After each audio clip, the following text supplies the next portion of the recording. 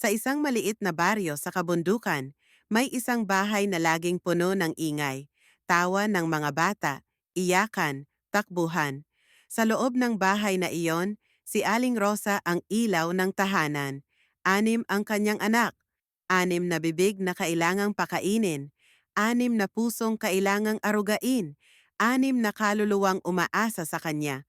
Ngunit sa gabi, kapag tulog na ang mga bata, tahimik ang buong paligid, maliban sa sigaw ng puso niyang hindi marinig ng kahit sino. Si Mario, ang kanyang asawa, ay dating mapagmahal.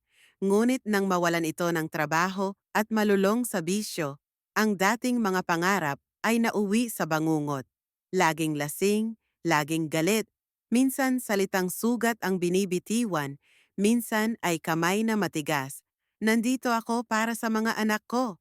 Laging sinasabi ni Rosa sa sarili tuwing naiisip niyang umalis. Sila ang dahilan bakit ako humihinga. Araw-araw siyang gumigising ng 4:00 para magluto, maglaba at magbenta ng kakanin sa palengke. Pagod na pagod ang katawan, pero mas pagod ang damdamin. Hindi siya umiimik kahit masakit na ang loob. Dahil sa kanya, nakasalalay ang mundo ng mga anak niya. Isang gabi, habang pinapatahan niya ang bunsong umiiyak, napatingin siya sa labas ng bintana. Tahimik ang gabi, malamig ang hangin. Sa unang pagkakataon, tinanong niya ang sarili, hanggang kailan? Hindi siya agad sumagot.